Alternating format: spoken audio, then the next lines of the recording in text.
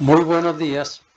Continuando con la programación de presentaciones de Agroforestal Service, en esta oportunidad traemos el tema relativo al reconocimiento y evaluación de propiedades morfológicas y químicas de suelos con fines agrícolas. Queremos hacer la salvedad de que esta información es muy útil para profesionales y técnicos del agro, así como para estudiantes de agronomía e ingeniería forestal, también para agricultores en general y para inversionistas que tengan planes de adquirir tierras para formular y ejecutar proyectos agrícolas y o forestales. Sin más preámbulos, iniciemos entonces con la presentación. Las propiedades del suelo a evaluar con fines agrícolas se subdividen en 6 tipos. Acá están las propiedades morfológicas, químicas, físicas, biológicas, mineralógicas e hidrológicas. Existen otras propiedades llamadas con fines de ingeniería que son utilizadas para la construcción de obras civiles, pero en esa materia no nos vamos a introducir porque son del ámbito de los ingenieros civiles y de los arquitectos. Hoy nos ocuparemos de las propiedades morfológicas y químicas de los suelos. Las propiedades morfológicas son aquellas que podemos apreciar a través de las sensaciones organolépticas de nuestros 5 sentidos: la vista, el oído, el tacto, el gusto y el olfato. Las propiedades químicas son las que están asociadas a los procesos químicos y bioquímicos del suelo y a la nutrición de las plantas.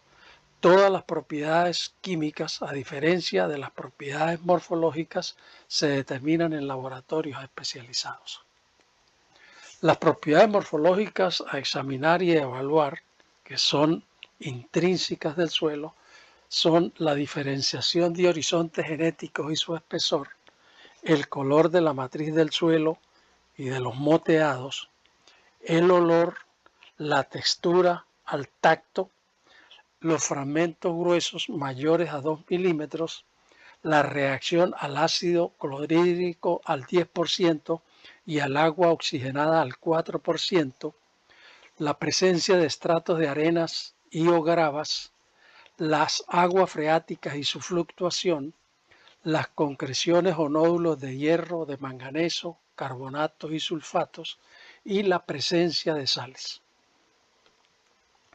En cuanto a las propiedades externas al suelo, yo coloqué aquí propiedades morfológicas exámenes. Realmente no son propiedades morfológicas del suelo, son características externas al suelo que son las propiedades, digamos, del entorno al suelo.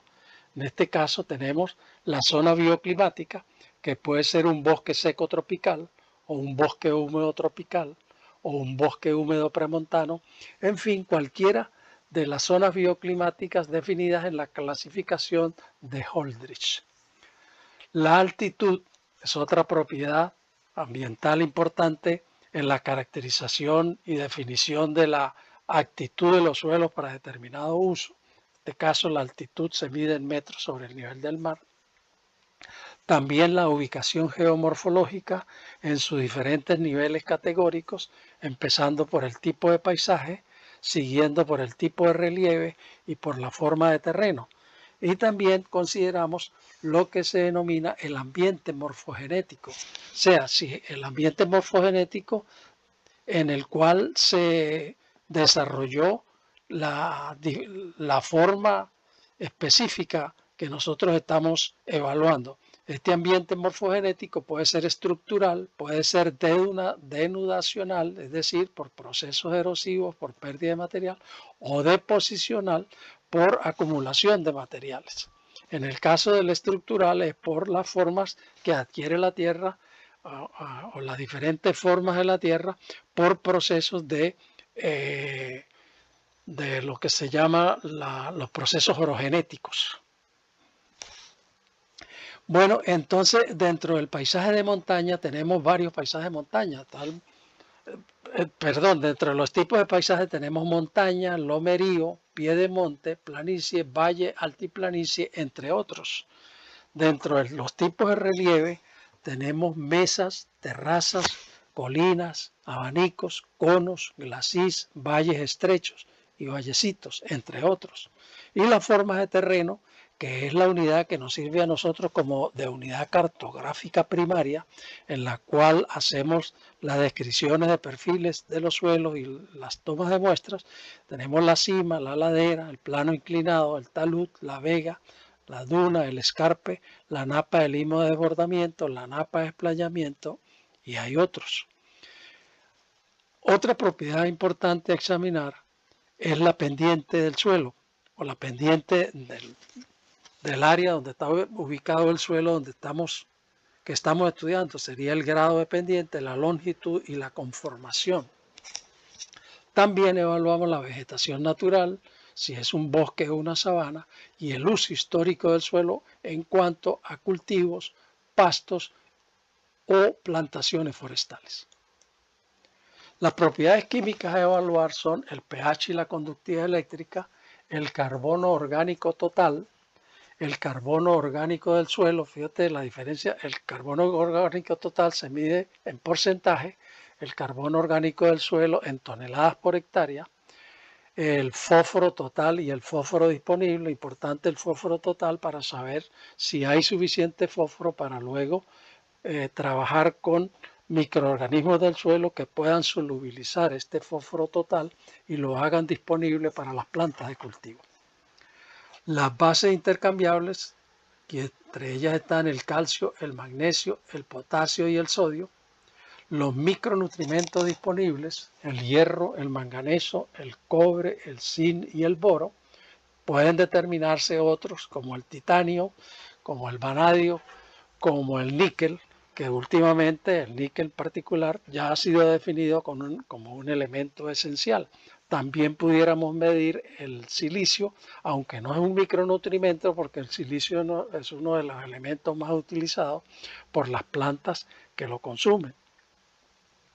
La capacidad de intercambio catiónico, una variable importantísima porque es la que nos define la capacidad que tiene el suelo para retener nutrientes a través de las cargas negativas de sus coloides orgánicos y arcillosos.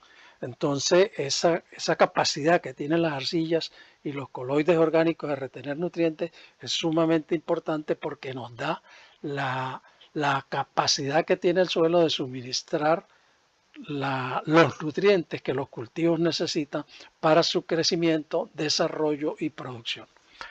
Por su parte, la capacidad de intercambio catiónico efectiva es una variable que se mide por la sumatoria del calcio, el magnesio, el potasio, el sodio y la acidez intercambiable constituida por el hidrógeno y el aluminio.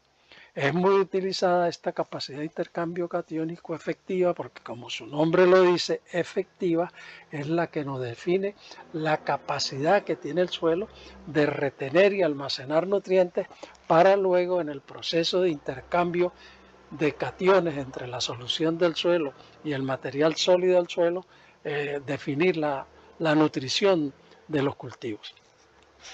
La saturación de bases total es importante porque esta nos permite diferenciar las clases de suelos entre aquellos que tienen 50% o más de saturación de bases y aquellos que tienen menos de 50%. También la saturación individual de cada uno de los cationes, el calcio, el magnesio, el potasio, el sodio, el aluminio y la acidez intercambiable, todos medidos en porcentaje, nos permiten definir cuál es el equilibrio nutricional que tiene el suelo. Generalmente trabajamos, si un suelo está bien equilibrado, debe tener alrededor, equilibrado desde el punto de vista de nutrientes, debe tener alrededor de 60 a 70% de calcio. En cuanto a magnesio, debe tener entre 20 y 30%, potasio debe tener entre 7 y 10%, sodio menos de 5% y aluminio y acidez intercambiable menos de 5%. Las relaciones entre nutrimentos también es sumamente importante porque nos permite determinar los desbalances nutricionales que pueden ocurrir. Así, por ejemplo, el calcio con el magnesio, que tiene una relación normal entre ellos de 5:1, es decir, 5 partes de calcio por una de magnesio, en caso de que los valores que nos dé el laboratorio estén por encima o por debajo de ese 5, de ese valor 5, significa que puede indicarnos un desbalance entre ellos. Igual con el calcio y el potasio, el calcio y el fósforo con el zinc, el hierro con el manganeso y la materia orgánica con la arcilla, que es una relación que establecemos para determinar la susceptibilidad que tiene el suelo a la compactación o a los procesos erosivos. Los materiales que necesitamos para hacer este trabajo en campo son los siguientes. Necesitamos los barrenos. Podemos utilizar un barreno tipo tornillo sin fin, que generalmente se utiliza en áreas con suelos pedregosos.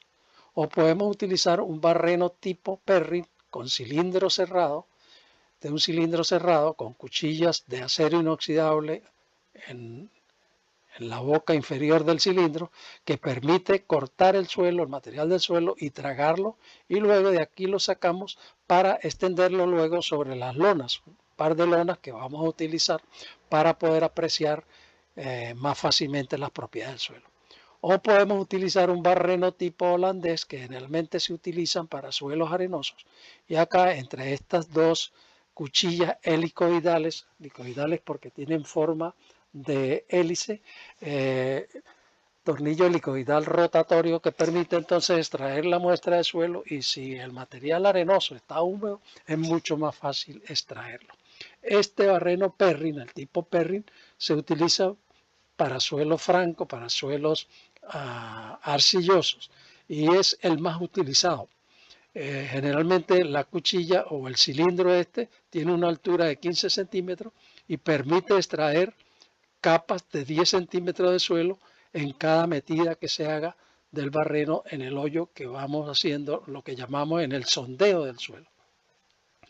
La tabla de colores Munsell es otra herramienta necesaria para definir los colores de acuerdo a la notación Munsell, que utiliza los criterios de Hue, de Value y de Croma. Entonces, cada color de estos tiene un Hue determinado. El Hue, en este caso, pudiera ser, como en esta lámina, pudiera ser 10IR, que es la combinación 10IR de colores amarillos y rojos, y luego viene el value, que es el valor del numerador, que puede ser 3, 1, 2, 3, etc. Y el croma, que es el valor del denominador. Entonces acá definimos esos colores, y esos colores nos dan idea de muchas propiedades del suelo, como es, por ejemplo, la edad del suelo, la condición de drenaje del suelo. Si los suelos están mal drenados, generalmente presentan colores grisáceos. Si los colores son muy evolucionados, o sea, suelos viejos, presentan colores rojizos, y así sucesivamente.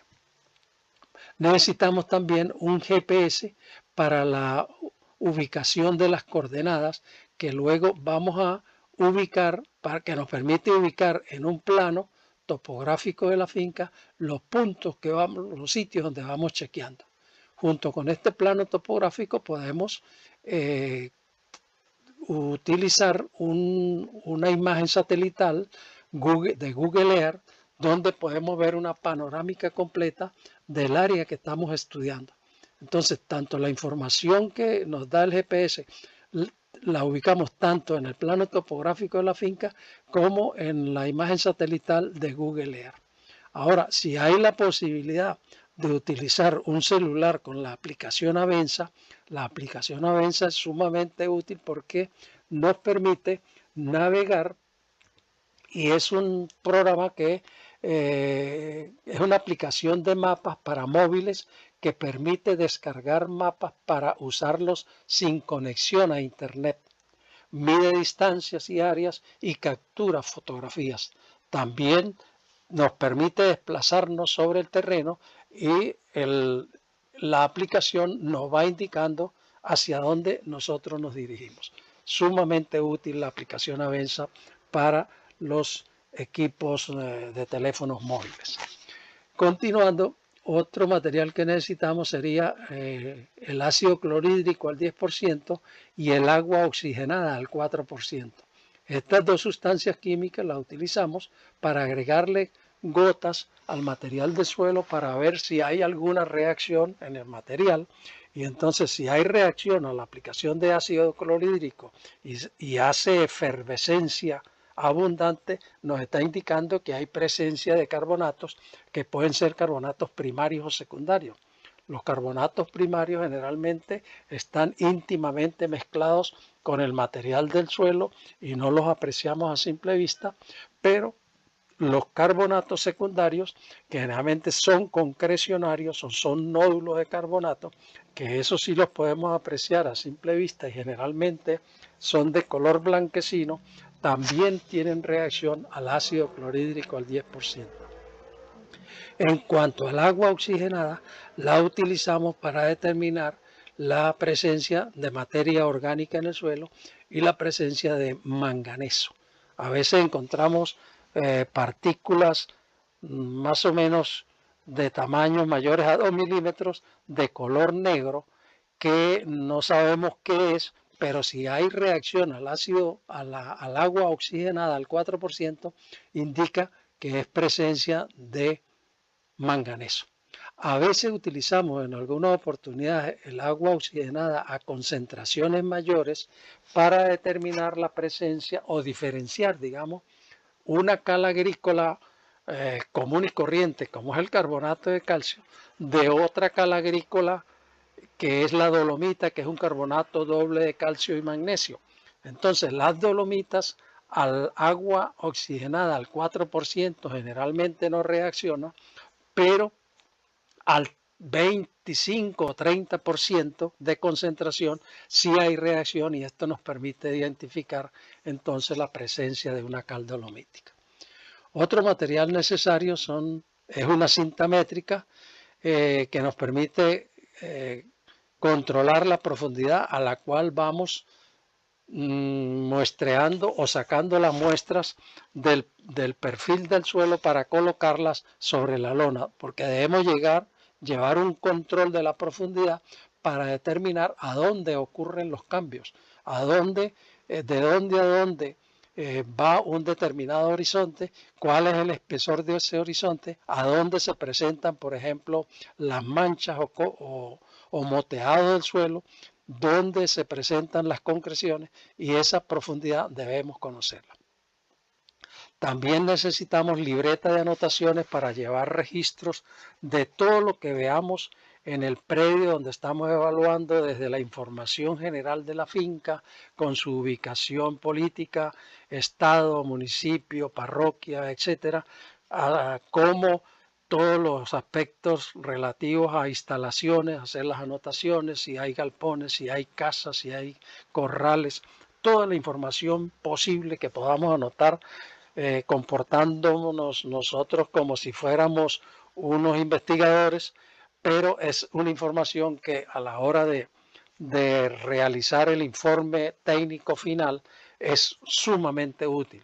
Por ejemplo, les doy un dato: la información relativa a la vialidad de la finca, la cantidad de kilómetros, el tipo de vía, si hay sistemas de riego o sistemas de drenaje, la presencia de reservorio de agua. Toda esa información debemos anotarla para que podamos presentarla en el informe técnico que va a ser luego utilizado por el agricultor, por el técnico y, si es posible, hasta por un ente financiero al cual se le presente esta información para tramitar un crédito para trabajos a realizar en la finca. Una cámara fotográfica de alta gama sería muy útil para sacar fotos de altísima calidad que nos permitan luego hacer presentaciones de lujo que van a garantizar la calidad del trabajo que realicemos. Bolsas plásticas de 2 kilogramos de capacidad, generalmente las utilizamos dobles para colocar la etiqueta donde va toda la información del predio y del sitio que estamos describiendo y muestreando.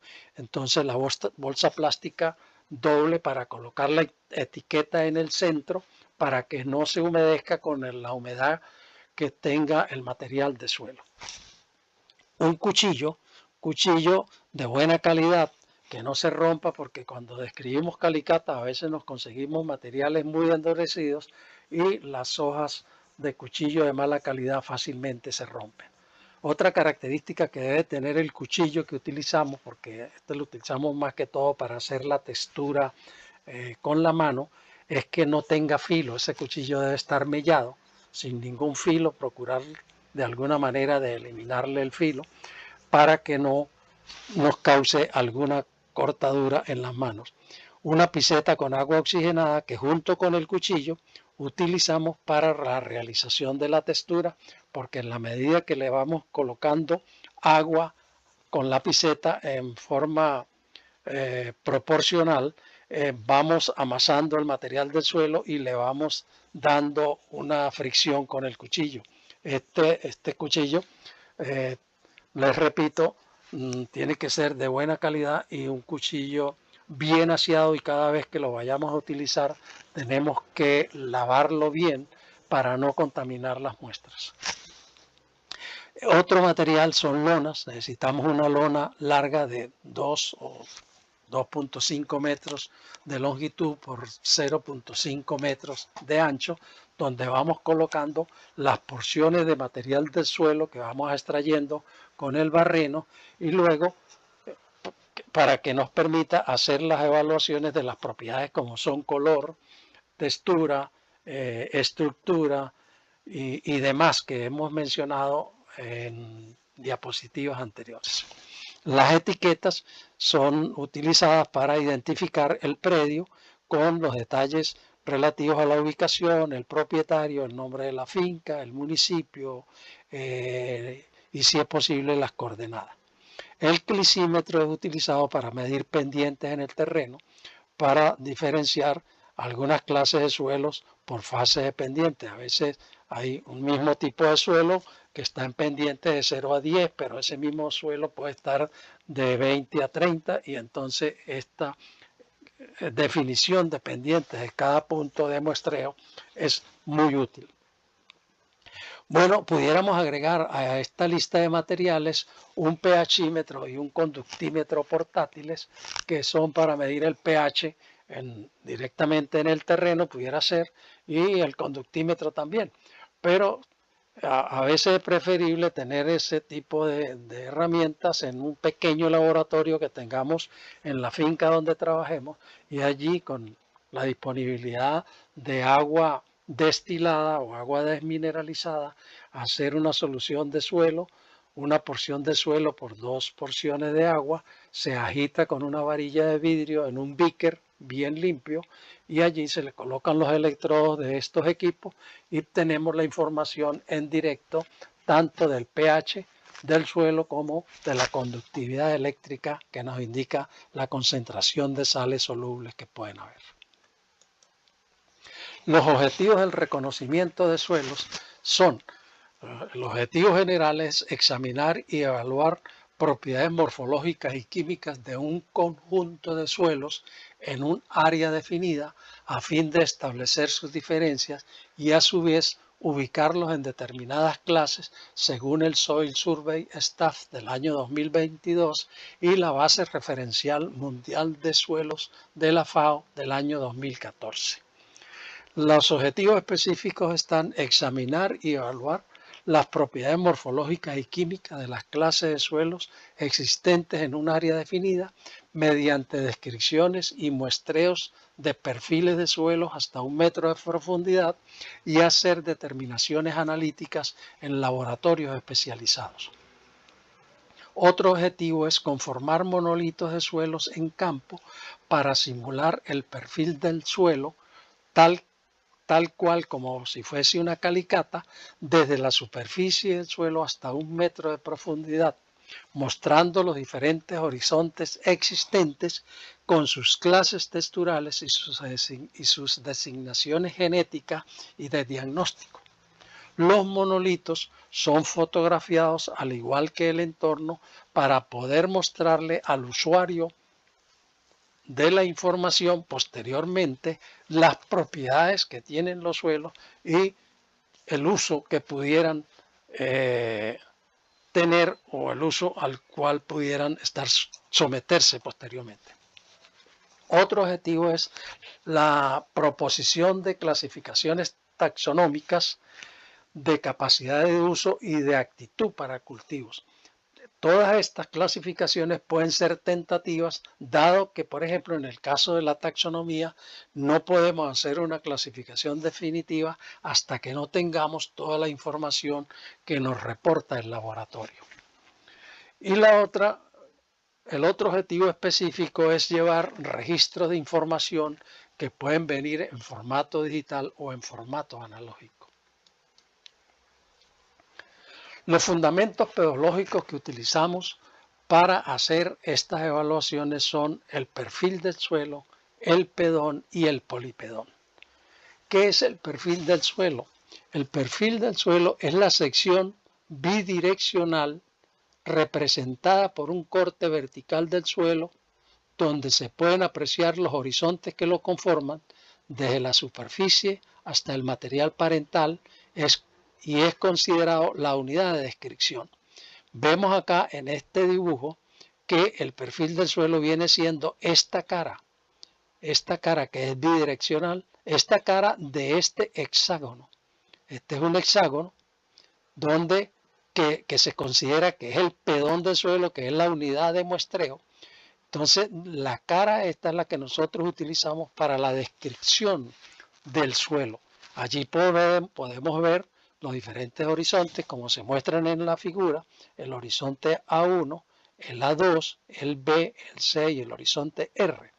Aquí podemos apreciar entonces los colores del suelo, la profundidad a la que llegan las raíces, la presencia de concreciones, la fluctuación de la mesa freática o de las aguas freáticas, la actividad de lombrices, la actividad de otros organismos que hacen vida en el suelo, en fin, todo lo que nosotros podamos apreciar allí lo vemos a través de esta unidad de descripción que se llama el perfil del suelo. La otra unidad pedológica es el pedón. El pedón, como ya lo dije anteriormente, es una figura hexagonal que tiene las tres dimensiones, alto, ancho y profundidad, que viene a constituir la unidad de muestreo de suelos. Porque cuando nosotros decidimos muestrear, por ejemplo, el horizonte A1, nosotros nos internamos en profundidad y sacamos material de las tres dimensiones, tanto del ancho como del alto como de la profundidad. Entonces acá, por eso se llama esto la unidad de muestreo. Y el polipedón, que es la sección tridimensional más grande que representa el suelo, que es considerada la unidad de mapeo. En este polipedón se definen entonces, permite definir las unidades cartográficas que luego vaciamos en una carta, en un material cartográfico. Por eso es tan importante la ubicación con coordenadas precisas para luego definir las unidades cartográficas con la mayor precisión posible. La relación paisaje-suelo es una relación sumamente útil porque esta es, como decir, la base que permite hacer esto es la geomorfología, porque la geomorfología nos separa las diferentes formas de terreno. Entonces aquí tenemos, por ejemplo, colinas, tenemos terrazas, tenemos valle, tenemos otra terraza acá, un vallecito y un escarpe de terraza. Entonces, en cada uno de estos sitios que están definidos acá, con mucha probabilidad hay un suelo diferente. Es muy diferente este suelo que está aquí en posición de valle al que está en posición de colina y al que está en posición de terraza. Entonces, esta es la base cartográfica primaria para definir entonces los mapas de suelos y las clases de suelos que nosotros vamos a considerar en las áreas que estudiemos. Vemos acá, en este caso, un paisaje de montaña con un tipo de relieve llamado artesa y una forma de terreno o dos formas de terreno que es la ladera y el fondo de artesa. Vamos a indicar aquí a pie de página, les coloco que artesa es un tipo de relieve que corresponde a valles glaciares con perfil transversal en forma de U, de paredes escarpadas, fondo plano cóncavo y perfil longitudinal rectilíneo a escalonado. Entonces, podemos apreciar entonces en este tipo de relieve llamado Artesa una ladera. Esta ladera sería la forma de terreno donde nosotros vamos a describir y a muestrear los suelos para definir esta unidad cartográfica. Igualmente lo vamos a hacer en el fondo de la Artesa, como pueden ustedes apreciar, que hay una pendiente completamente diferente a la de la ladera, y aquí vamos a encontrar un material de suelo y unas clases de suelos diferentes a las que pueden haber en la ladera. Si nosotros nos vamos acá arriba con pendientes mucho mayores, por ejemplo a las que están acá, podemos conseguir otros tipos de suelo. Entonces, esta base, este apoyo que nos da la geomorfología y los diferentes niveles categóricos que tiene la geomorfología para definir la estructura geomorfológica de un determinado ambiente es lo que constituye la base cartográfica primaria. En el caso de los paisajes de lomerío, este es un paisaje de lomerío donde podemos apreciar, aquí vemos, por ejemplo, las colinas. El tipo de relieve dentro del lomerío es la colina y la forma de terreno es la cima y la ladera. Entonces vemos que este es un lomerío, aquí está una colina, otra colina, y dentro de la colina tenemos la parte superior que es la cima y la ladera. Entonces en cada uno de estos puntos nosotros nos paramos para hacer la descripción del perfil del suelo y el muestreo, igualmente aquí en la cima, porque pueden haber diferencias importantes entre el suelo desarrollado aquí contra el suelo desarrollado aquí. Igualmente en esta colina, aquí tenemos la cima y aquí tenemos donde están paradas estas vacas, la ladera. Se puede apreciar al fondo acá, al fondo de esta imagen, que hay unas terrazas. Esto parece una terraza, aquí también, y esto es una especie de valle. Entonces, fíjate la importancia que tiene esta información y esta lo que llamamos la relación paisaje-suelo para definir entonces las clases de suelos que podemos encontrar sobre un determinado terreno y el uso que le vamos a definir. En el caso del paisaje de planicie, esta es una imagen de planicie en los llanos de Venezuela. Entonces encontramos que el paisaje es planicie y el tipo de relieve terraza, con formas de terreno, plano de terraza y escarpe. Entonces, este es el plano de terraza y esta parte aquí, que generalmente son áreas erosionadas, se erosiona por una erosión regresiva que ocurre en este tipo de terrazas, y entonces se va formando un material constituido por material grueso y eso se llama escarpe. Entonces, a la hora de hacer la descripción de un área como esta, definimos el plano de terraza, describimos el suelo aquí, tomamos la muestra, igualmente en los escarpes. Y a cada uno de ellos le calculamos su área para la conformación de las unidades cartográficas a la hora de realizar los mapas y los informes técnicos respectivos. El procedimiento del reconocimiento de suelos, podemos verlo en esta imagen. Vemos acá en la imagen de la izquierda a un señor introduciendo el barreno, este barreno Perrin,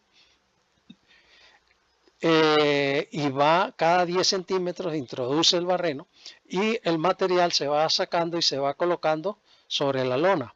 Aquí podemos ir apreciando los diferentes colores que van saliendo en la medida que el barreno va sacando el material. Es importante colocarlo en orden y saber a qué profundidad se ha sacado, por eso la importancia de tener la cinta métrica para chequear en la medida que el ayudante va haciendo el sondeo del terreno con el barreno y va extrayendo la muestra, nosotros medimos a qué profundidad ocurrió eso. Una vez que tenemos el material del suelo extendido sobre la lona, que tiene una longitud, repito, de 2 metros aproximadamente, y que cada montoncito representan 10 centímetros de profundidad en el suelo, nosotros podemos proceder a conformar el monolito. Este monolito no es más que la representación del suelo en profundidad con algunas propiedades morfológicas que podemos apreciar aquí, como son el color, la textura que determinamos al tacto, la designación del horizonte, en este caso AP, BT1, que es un horizonte argílico, BT2, que es otro horizonte argílico, y el horizonte C con parte de material grueso. Vemos aquí unos fragmentos gruesos mayores a 2 milímetros que forman parte de lo que puede ser un horizonte C o puede ser una regolita. Entonces, esta forma de presentar la información es sumamente útil porque al agricultor se le va a presentar los suelos tal como si él hubiese ido al terreno y los estuviera apreciando directamente. Pero la captura de estas fotografías en los monolitos y todo este proceso va a permitir que el usuario de la información tenga garantía de que el trabajo se hizo correctamente y con honestidad para que él pueda tener una información valiosa para la toma de decisiones en el manejo de sus cultivos y en la decisión del tipo de cultivo a establecer. Ejemplos de reconocimiento de suelos. Aquí tenemos un caso en Panamá de un área de la provincia de Darién donde las tierras fueron utilizadas con plantaciones de teca. Eso que ven ustedes allí son tecas que no están muy bien desarrolladas, dado que las características del suelo son bastante pobres. El suelo es un pobre, muy bajo en contenidos de calcio, de magnesio, de potasio, y además presenta una saturación de acidez muy alta, lo cual hace que el cultivo o la plantación de teca no haya respondido como se esperaba. Entonces apreciamos acá el monolito de suelo con su textura franco-arcillosa, arcillosa, arcillosa, franco-arcillosa y la designación de sus respectivos horizontes. Un horizonte AP, la P significa que es plough de laboreo, BT1, la T indica acumulación de arcilla iluvial, BT2, acumulación de arcilla iluvial, y BW1 hubo un descenso en la acumulación de arcilla iluvial y entonces la designación cambió. Este suelo se clasificó a nivel de familia como un tipi apludul, udul, que quiere decir que es un ultisol, un suelo bastante evolucionado y se aprecia por los colores rojizos con textura fina, es decir, que tiene entre 40 y 60% de arcilla. Familia caolinítica, es decir, que el tipo de arcilla dominante es la caolinita porque presenta capacidad de intercambio catiónico menores a 10 centimol y de régimen de temperatura isohipertérmica. Las propiedades químicas de ese suelo y las propiedades morfológicas las apreciamos en estos cuadros. Acá está el mismo monolito que vimos en la imagen anterior, aquí están las profundidades, vemos las texturas, los colores con el JUE 2.5 y R, un value de 3 y un croma de 6, que nos indican que son colores rojos, bastante rojos. La estructura granular en superficie, blocosa subangular en los subsiguientes. El horizonte genético tenemos A1, BT1, BT2 y BW1. Este sería un horizonte diagnóstico ócrico, que es como un horizonte que no tiene las características de un mólico, ni de un horizonte úmbrico, ni de otro horizonte de diagnóstico superficial que se llaman epipedones. Y acá abajo tenemos estos dos horizontes genéticos, T1 y AT2, constituyen el horizonte argílico, que es el horizonte de acumulación de arcilla iluvial. Y acá al final tenemos el horizonte cámbico, que va de 75 a 100 centímetros. Ahora analicemos las propiedades químicas. Este suelo tiene pH extremadamente ácidos, desde la superficie hasta 100 centímetros, 4,5 en promedio, 4,5 de pH. Tiene un contenido de carbono orgánico total de 3,6 en superficie, 1,74, 0,94, o sea, va disminuyendo el contenido de carbono orgánico total.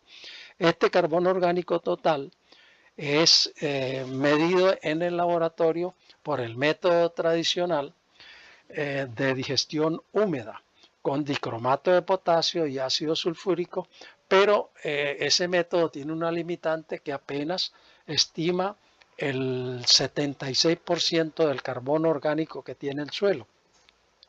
Y nosotros, para conseguir el valor del carbono orgánico total, multiplicamos el valor que nos da el laboratorio, que viene siendo un carbono orgánico fácilmente oxidable, que así se le llama técnicamente, carbono fácilmente oxidable, lo multiplicamos por 1,32 para calcular el carbono orgánico total.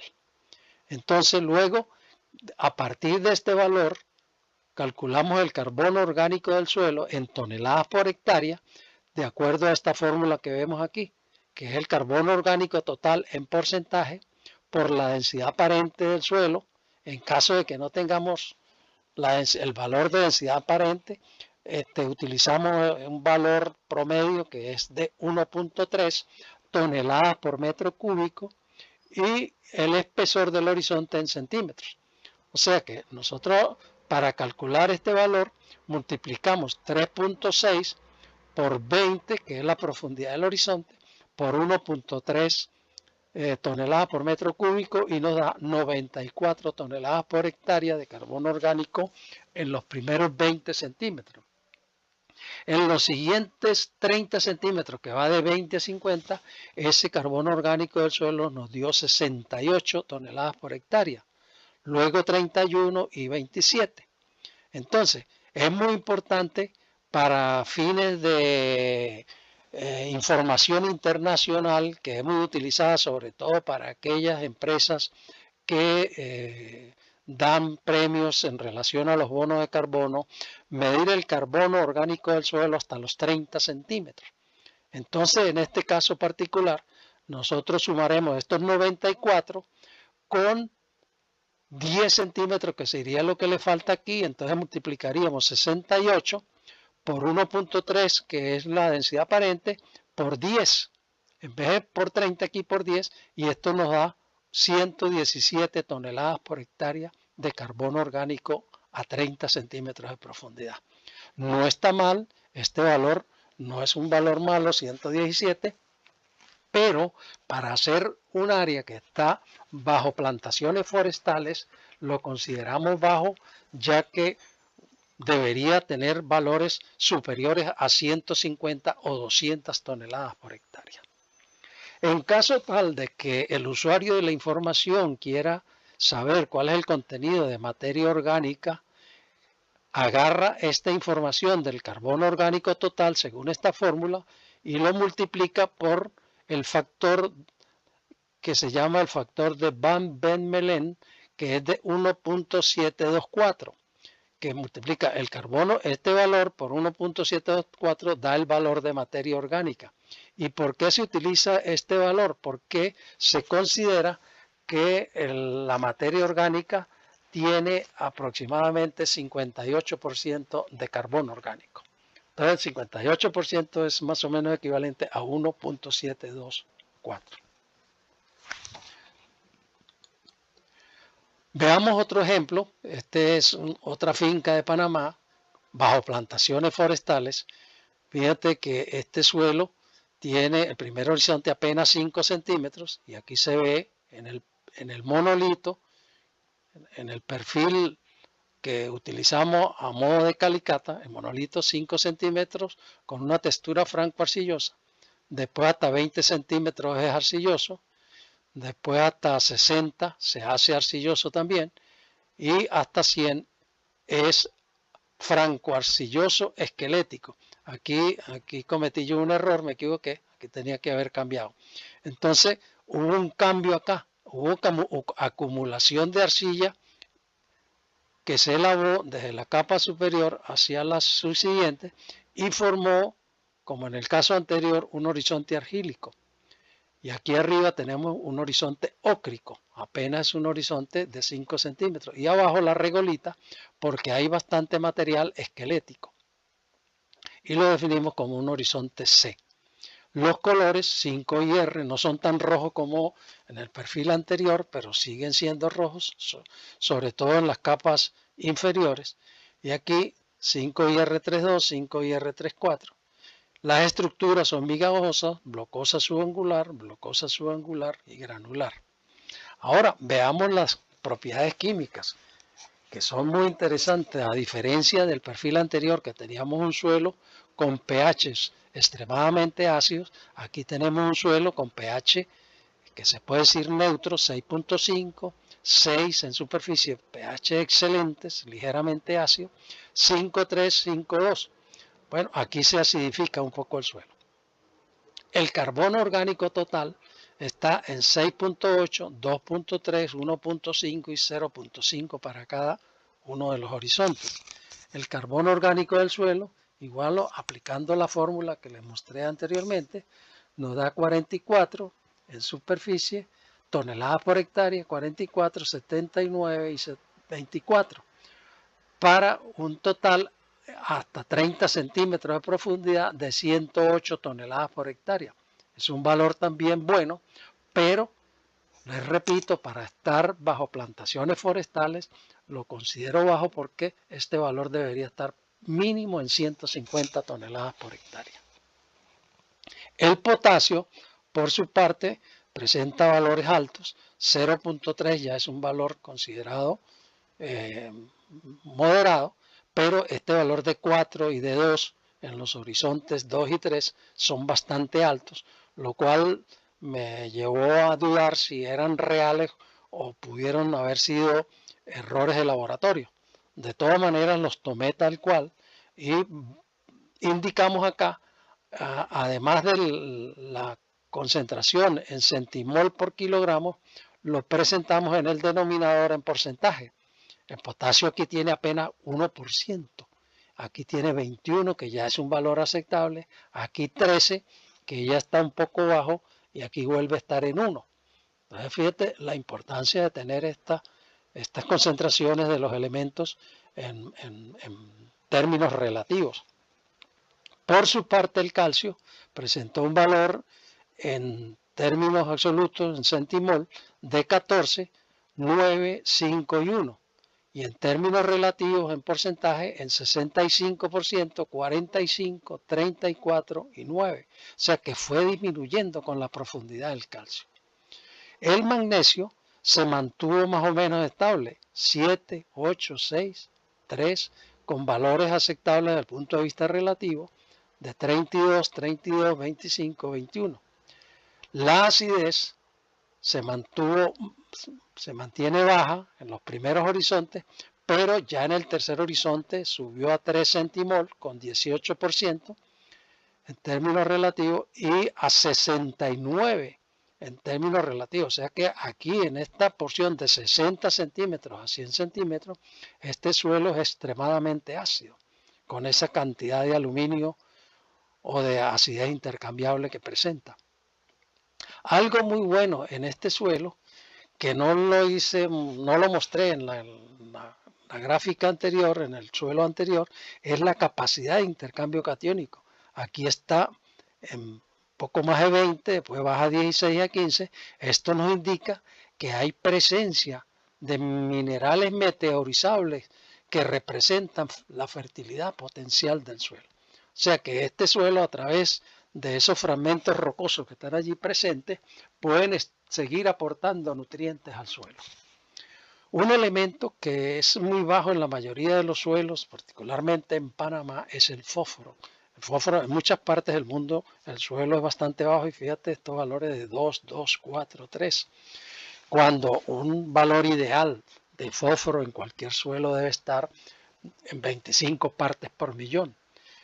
Si es posible 30 partes por millón, y así tenemos un suelo bastante equilibrado y con seguridad no tendríamos que estar aplicando este elemento nutricional a nuestros cultivos.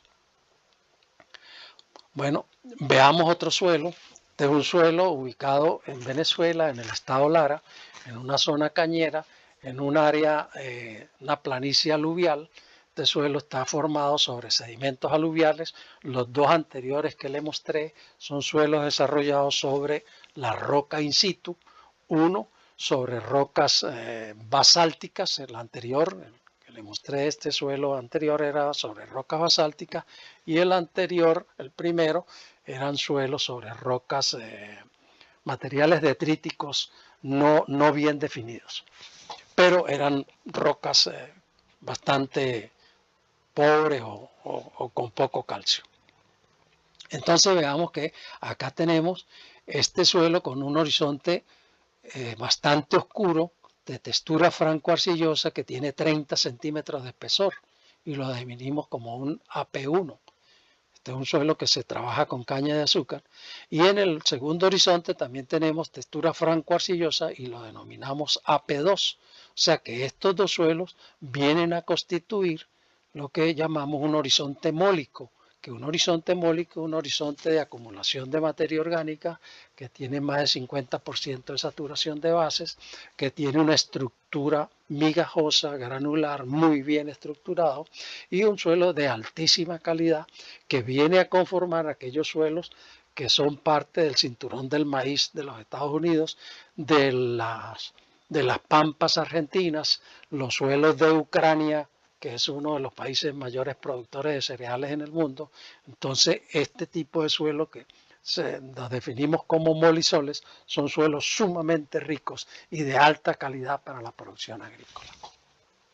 En el horizonte 3 de 60 a 100 centímetros ya no es mólico, fíjate que cambia el color, aquí tenemos un color DIR66, aquí los colores en el primer horizonte fueron de 3.2 y 3.3, y siempre que el value y el croma de la notación Munsell sea igual o menor a 3, ese suelo califica para mólico o para úmbrico.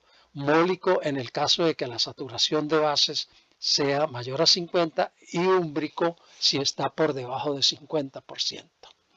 Entonces, a mayor profundidad, por debajo de los 100 centímetros, este suelo presentó material gravoso, grava, canto rodado, producto de la deposición que hizo el río Turbio, que es el responsable de la ubicación de estos materiales para que se desarrollara este suelo. Entonces, desde el punto de vista químico, vemos acá que de 0 a 30 centímetros este suelo tiene un pH de 7,5 a 7,6, que califica como un pH ligera a moderadamente alcalino. La conductividad eléctrica está un poquito elevada, 233 en la capa superficial, 1,88. Estos son suelos que tienden a salinizarse porque son regados con aguas subterráneas que vienen de pozos que tienen altos contenidos de sales solubles. El carbono orgánico total me pareció bajo para estos colores que presenta, 10R 3 medios y 3,3, me pareció bajo un carbono orgánico total de 2,1 y 1,5, y bueno, no sé si hubo algún error de laboratorio. De todas maneras, el carbono orgánico del suelo en toneladas por hectárea está en 83 y 60, y también presenta entonces para 30 centímetros de profundidad apenas 83 toneladas por hectárea. Ahora, con toda seguridad, este suelo, que ha estado sometido a un laboreo intensivo durante muchos años, ha estado sujeto a la pérdida de carbono orgánico del suelo.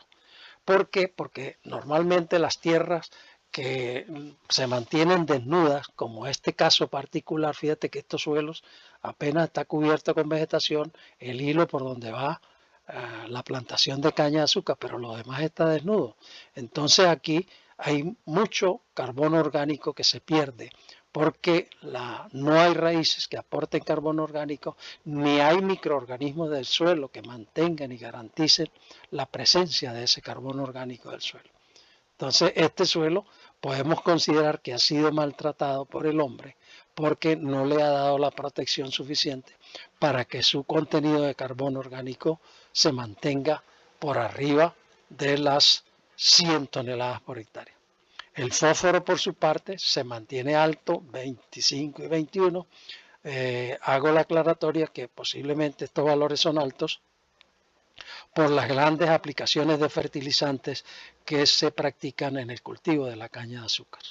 El calcio se presenta alto con 31 y 22 centimol o mil equivalente con una presencia relativa de 93%, o sea que el calcio está dominando el espectro en el complejo de intercambio catiónico.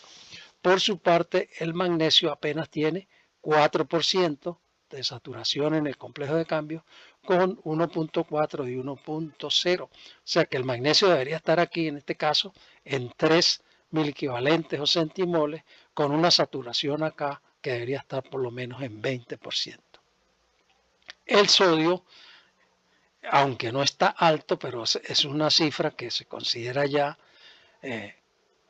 más o menos moderada, 0,5 con 2% de saturación. Ya un valor de 0.7 de sodio es un valor peligroso. Entonces esto nos está dando indicación de que este suelo posiblemente se está salinizando y que a mediano y a largo plazo esa caña de azúcar va a tener problemas en su producción por la alta concentración de sodio. El potasio presenta valores moderados, 0,24 en superficie y 0,15, pero desde el punto de vista relativo apenas llega al 1%. O sea que si analizamos el balance nutricional de este suelo está completamente desbalanceado porque la excesiva concentración de calcio hace que los otros elementos estén en desventajas y a la hora de que el cultivo los requiera, posiblemente se encuentren bloqueados por esta alta disponibilidad de calcio.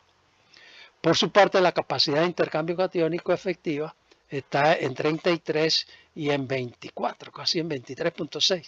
Es una capacidad alta que si nosotros logramos equilibrar este suelo mejorando la disponibilidad de magnesio y de potasio y mejorando la disponibilidad de carbono orgánico del suelo, este suelo sería un suelo excelentísimo para la producción de cualquier cultivo. Bueno, acá tenemos otro suelo, también de Panamá, un suelo mal drenado, un ultisol mal drenado, con presencia de agua freática a los 50 centímetros en el momento de la descripción, pero que en el periodo lluvioso el agua freática se concentra muy cerca de la superficie. Los dueños de esta finca decidieron acamellonar, como ustedes pueden ver aquí, que sacaron material de acá y lo colocaron acá para desarrollar estructuras en formas de camellones para que las tecas pudieran entonces crecer y desarrollarse normalmente, pero resulta que las características químicas del suelo no dan para que la teca aguante esas condiciones. Entonces esto fue un error garrafal que se cometió en esa finca, dado que no se hicieron las evaluaciones pertinentes al momento oportuno, sino que esta evaluación que se hizo fue después que se habían cometido estos errores. Entonces vamos a ver las propiedades químicas y morfológicas del suelo para que ustedes analicen los errores que deben evitarse a la hora de decidir utilizar una tierra. Entonces aquí tenemos que este suelo conseguimos tres horizontes de 0 a 30, de 30 a 60 y de 60 a 80. La textura en el primer horizonte franco-arcillosa con 52% de arcilla. El segundo, arcillosa con 61% de arcilla.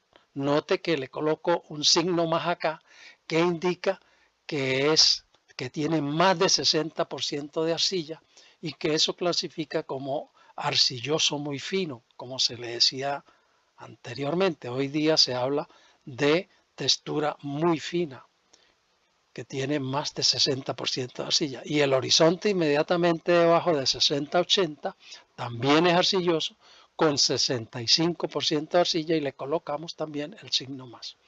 Fíjense los colores: 5IR 3 medios. 3 medios de un suelo de acumulación de materia orgánica considerable. Después 2.5Y 3 YR 5 sobre 0.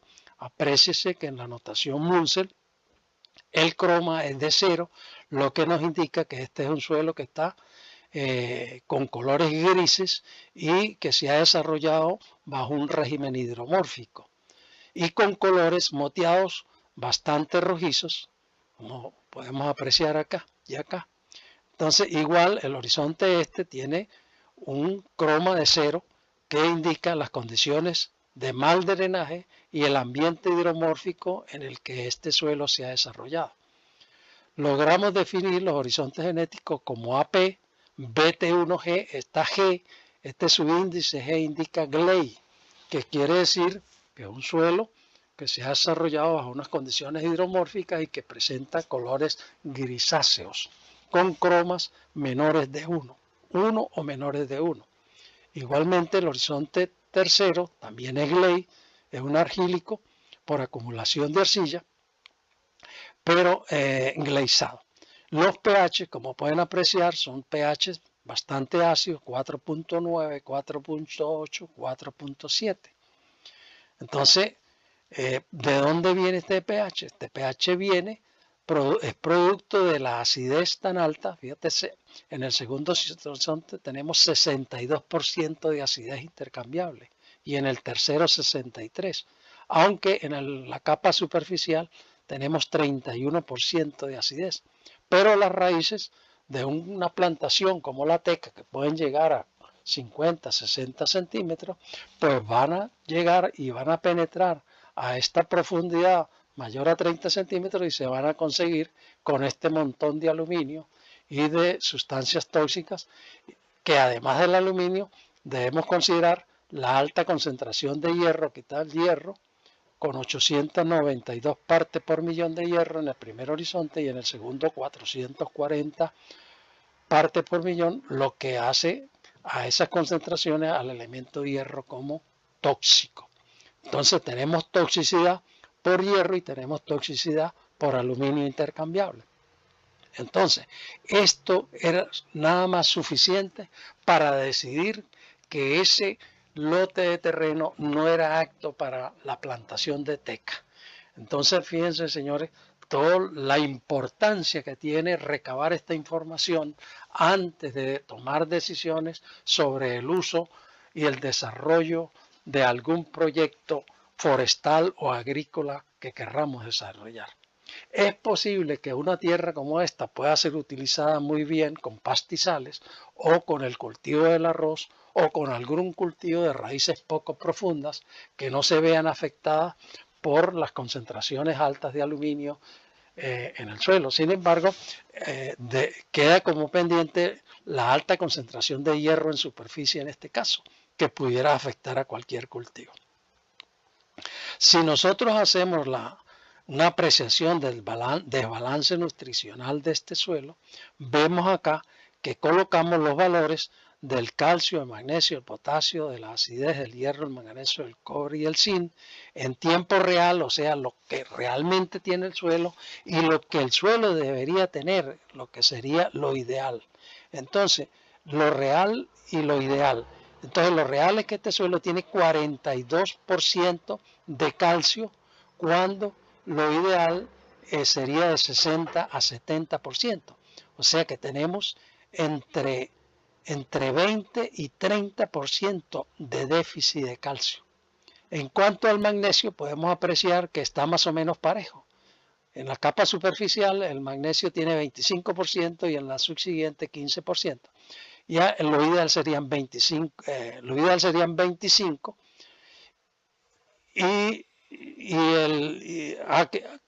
Lo ideal serían 20 a 30, perdón. Aquí me equivoqué yo, es 20 a 30 y aquí tenemos 25, o sea que está bien.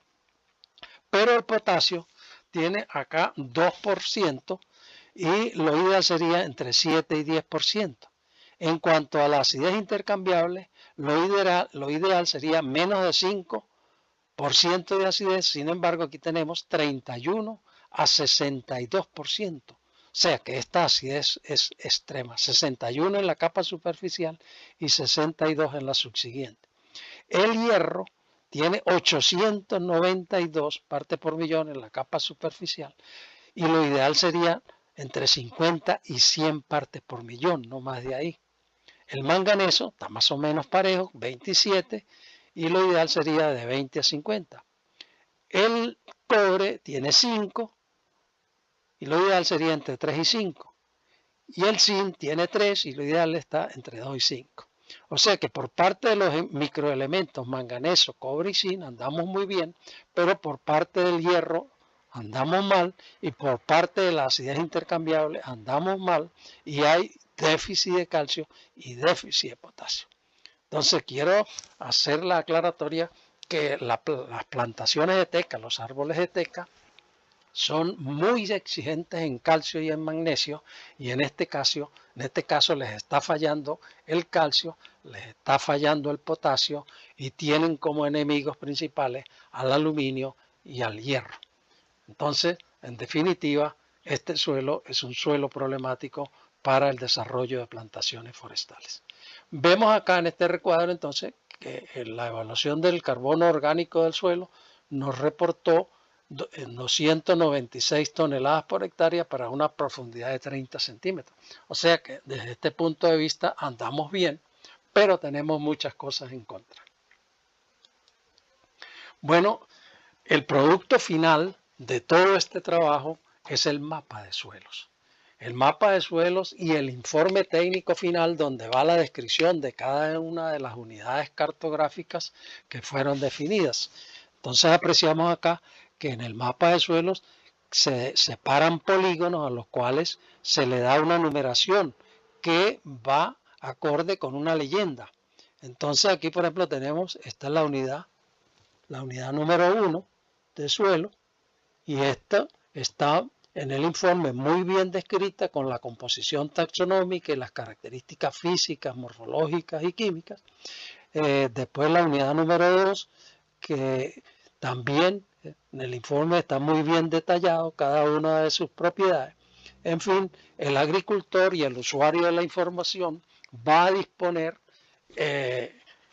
con un mapa y con un informe técnico donde se le relata todo lo que en su espacio va a tener desde el punto de vista de las clases de suelos y de las características físicas, morfológicas y químicas de cada clase de suelo.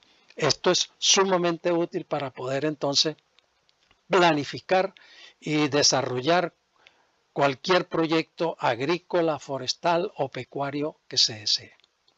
Aquí tenemos otro ejemplo, otro mapa de suelo con su leyenda y aquí están las diferentes unidades que se delimitaron como polígonos. Cada uno de estos son polígonos que están representados como unidades cartográficas y que cada una de ellas está muy bien descritas en el informe técnico correspondiente.